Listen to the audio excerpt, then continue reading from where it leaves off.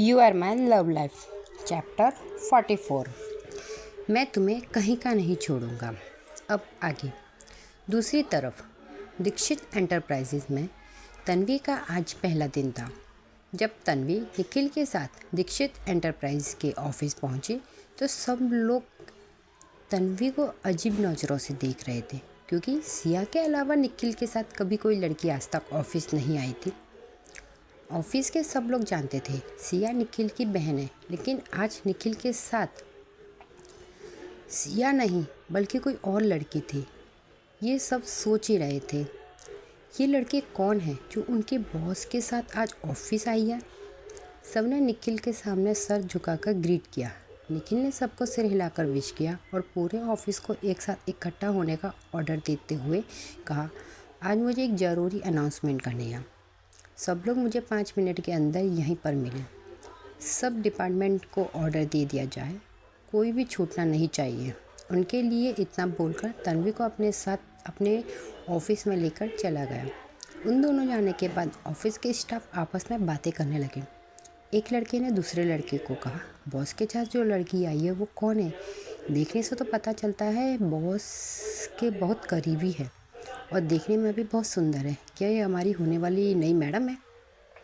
एक लड़की ने चिढ़ कर कहा, चुप रहो तुम लोग, क्या बात कर रहे हो? वो बॉस के साथ आ गई तो क्या वो हमारी मैडम बन गई?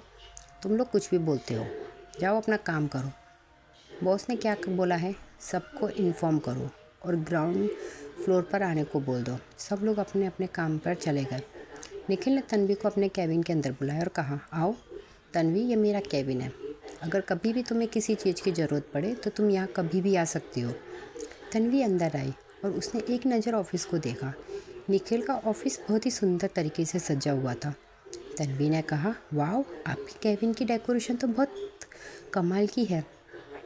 क्या यह आपने की है और या किसी से कराई है? निखिल ने तन्वी को कहा, नहीं, यह मैंने नहीं किया, करो और नहीं कराई थी। पहले मेरा कैबिन बहुत बोरिंग हुआ करता था, फिर सिया ने यह रिनोवेट कराया, उसके बाद जाकर मेरा कैबिन कमाल का लगता है। सब लोग बोलते हैं कि पूरी बिल्डिंग में मेरा ऑफिस सबसे सुंदर है, और हो भी क्यों ना मेरी बहन ने जो कराया है। तन्वी ने कहा, हाँ, उसकी चॉइस अच्छी है। फिर दोनों सिया की याद आ गई।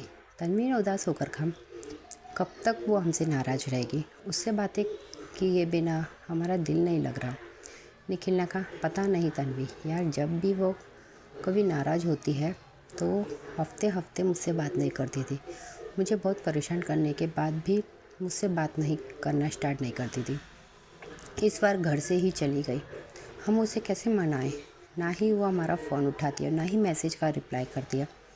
तन्वी ने कहा, हाँ, मेरा भी नंबर ब्लॉक कर दिया। फिर निखिल को याद आया कि उसने स्टाफ को एक साथ इकट्ठा होने का बोला था। फिर निखिल ने तन्वी को कहा, चलो मेरे साथ, तुम्हें तुम्हारा कैबिन दिखाता हूँ और सबसे तुम्हारा इंट्रो करा देता हूँ ताकि किसी को कोई कन्फ्यूज़न ना रहे। निखिल और तन्वी दोनों ग्राउंड फ्लोर की तरफ चले गए। जब दोनों आए तो पूरे बिल्डिंग का स्टाफ वहाँ पहले से ही मौजूद था और सब आपस में बातें करे जा रहे थे। तभी निखिल को देखकर सब चुप हो गए। निखिल ने कहा, हेलो एवरीवन, मैंने आपको एक ज़रूरी बात बताने के लिए बुलाया। इनसे मिलिए, ये है तन्वी। आज से ये हमारी न्यू मैनेजर और मेरी पर्सनल सेक्रेटरी है। और सिया आज से हमारे साथ नहीं बल्कि कपूर एंटरप्राइज में जॉब करेगी। जब ये सुना तो सबको एक बड़ा झटका लगा। कपूर एंटरप्राइज का तो नाम ही बहुत बड़ा है। सब आपस में बात करने लगे, क्या मैडम को वहाँ पर जॉब मिल गई या फिर निखिल सर की सिफारिश से वहाँ पर जॉब ली गई है? सबको आपस में खुसर खुसर करते देख फिर निखिल ने सबसे कहा, जितनी इज्जत आप सिया को देते थे उतनी ही आप तन्वी को देंगे। सिया मेरी बहन है, तन्वी भी मेरी दोस्त है और मेरी फैमिली है। अगर किसी ने भी ज़रा सा भी हट करने की कोशिश की तो मैं उसे सीधा ऑफिस के बाहर निकाल कर फेंक दूंगा। सब ने कहा, ओके बॉस। फिर निखिल ने कहा, ठीक है, अब तुम सब जा सकते हो और अपना काम कर सकते हो। और वो अपने कैबिन की तरफ चल दिया। तन्वी निखिल को हैरानी के साथ देख रहे थे।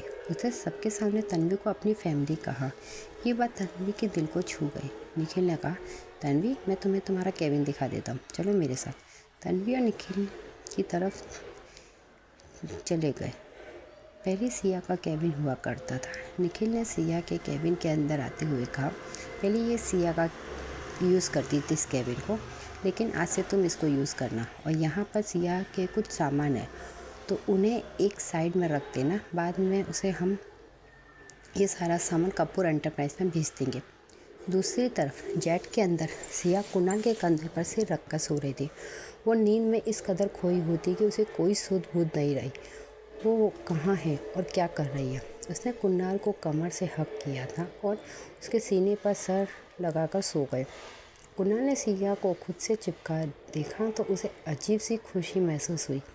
उसकी दिल की धड़कन तेज हो गई। कुणाल ने अपना लैपटॉप बंद किया और सिया के सर पर हाथ रखकर उसके बालों को सहलाने लगा। दूसरे से उसने सिया की पीठ को रफ करना शुरू किया, जैसे किसी छोटे बच्चे को उसकी माँ सहला सहला कर सुला रही हो। और दोनों एकदम हस्बैंड वाइफ की तरह दिख रहे थे। कुणाल को बहुत सुकून मिल रहा था। उसने भी अपनी आंखें बंद कर ली और सिया के सर पर अपना सिर रखकर सो गया। करीब 2 घंटे बाद प्लेन लैंड हुआ। सारे गार्ड्स ने अपनी पोजीशन ले ली। उनमें से किसी की हिम्मत नहीं थी कुणाल के पास जाकर उसको जगा सके। सब एक दूसरे के भरोसे बैठे थे, कौन जाकर कुणाल को जगाएगा। तभी एक गार्ड ने हिम्मत करके कुणाल को कहा, कुणाल सर उठिए, हम मुंबई पहुंच गए हैं। गार्ड्स की आवाज़ सुनकर कुणाल ने अपनी आंखें खोली। वो सच में मुंबई पहुंच चुके थे। कुणाल ने अपना सिर हाँ में हिलाकर, फिर कुणाल ने सिया को उठाते हुए कहा, रैबिट हम पहुंच गए। सिया ने अंगड़ाई लेते हुए कहा, क्या सच में हम लोग मुंबई पहुंच गए? उन्होंने कहा, हाँ हम मुंबई पहुंच गए, चलो चलते हैं। सिया ने खुश होकर कहा, हाँ चलिए। सिया कुणाल के साथ खुद को सेफ फील करने लगी। उसे कुणाल से ज़्यादा कोई प्रॉब्लम नहीं थी, बस जब वो उसकी बात नहीं सुनता था तो उसे उस पर गुस्सा आता था। सिया खुश मिजाज और जिंदा दिल लड़की है। उसे दूसरों से ज़्यादा कोई प्रॉब्लम तब तक नहीं होती जब तक लोग उसके लिए कोई प्रॉब्लम खड़ी नहीं करते। वैसे ही कुणाल के साथ भी था। कुणाल उसके साथ अच्छे से बिहेव करता था, तो सिया को भी कुणाल से अब कोई प्रॉब्लम नहीं थी। शायद कुणाल के दिमाग में तो कुछ और ही चल रहा था। कुणाल अब सिया को 1 मिनट भी खुद से दूर नहीं करने देना चाहता था। दोनों प्लेन के बाहर आए तो बॉडीगार्ड्स ने उनके सामने सिर झुकाया और कहा, बॉस आपकी कार आ गई है, आप हमारे साथ चलिए। फिर गार्ड्स कुणाल और सिया का लगेज लेकर कार की तरफ चले गए। सिया ने देखा कुणाल को 5 लग्जरी कार पिक करने आई है। उनके साथ कुछ कार के साथ गार्ड्स भी है जो गन लिए कार के चारों तरफ खड़े हैं। कुणाल ने सिया का हाथ पकड़ा और कार की तरफ बढ़ गई।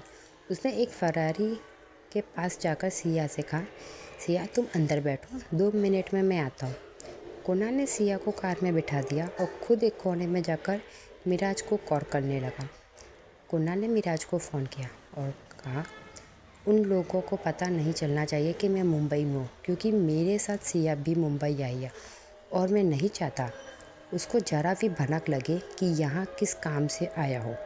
मैं नहीं चाहता वो फिर से किसी ने मुसीबत में फंसे, इसलिए तुम इस बात का खास ख्याल रखोगे। उन लोगों को मेरे यहाँ होने का ज़रा सा भी पता ना चले। मिराज ने कहा, ठीक है बॉस, आप चिंता ना करें, ये सब मैं हैंडल कर लूँगा। आप अपना काम करें और मेरी बहन का भी ख्याल रखना। कुणाल कंफ्यूज होकर बोला, तुम्हारी बहन का ख्याल? उससे पहले ही कुणाल को याद आया कि मिराज सिया को अपनी बहन मानता है, सिया मिराज को अपना भाई। उसने कहा, ठीक है, तुम्हारी बहन को कुछ नहीं होने दूंगा, बाकी का तुम अपने आप देख लेना। मिराज ने कहा, okay boss, you don't worry. दूसरी तरफ कपूर एंड एक्सप्रेस में माही को कबीर का फुल सपोर्ट मिल रहा था और दोनों मिलकर माहिर का टांग खींच रहे थे। क्या हुआ था कि ऑफिस की एक फीमेल स्टाफ माहिर को पसंद करती थी।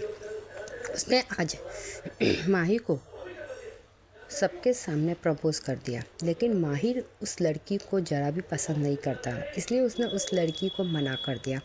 उस लड़की ने माहिर को कहा, या तो तुम मुझे अपना लो वरना मैं तुम्हें कहीं का नहीं छोड़ूंगी।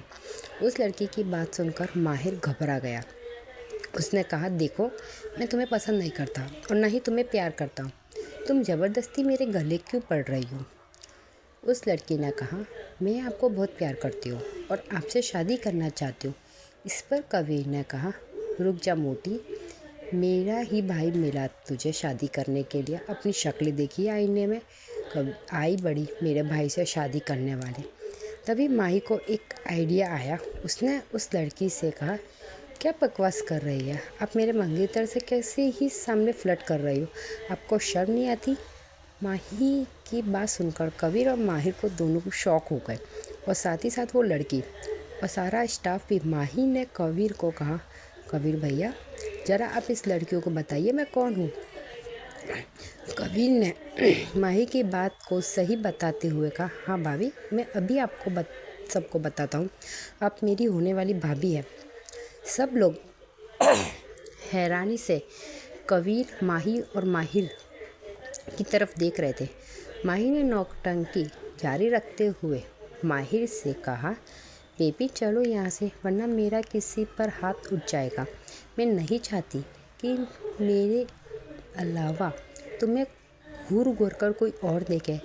माहिर का तो चेहरा शर्म से लाल हो गया। उसका दिल जोर जोर से धड़क रहा था। उसे समझ नहीं आ रहा था दोनों नौटंकियों से मिलकर बलि का बकरा क्यों बना रहे हैं। एक आफत कम थी जो दूसरी आ गई। पता नहीं माहिर का क्या रिएक्शन होगा, वो तो आगे देख के ही पता चलेगा। ये नौटंकी कब सच होगी।